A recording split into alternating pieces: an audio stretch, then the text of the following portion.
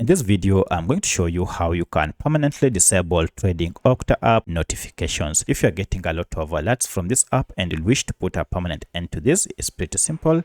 Just long press on your app and you should see app info page. Tap on it to access the app's info page. If you don't see the app info option, you should see a settings gear or even the name of the app. Tap on any of this to access this app info page.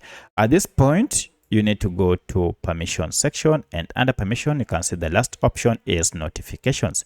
If I tap on this, you can see all these 6 types of notifications is turned on. With this on, you will always receive those notifications.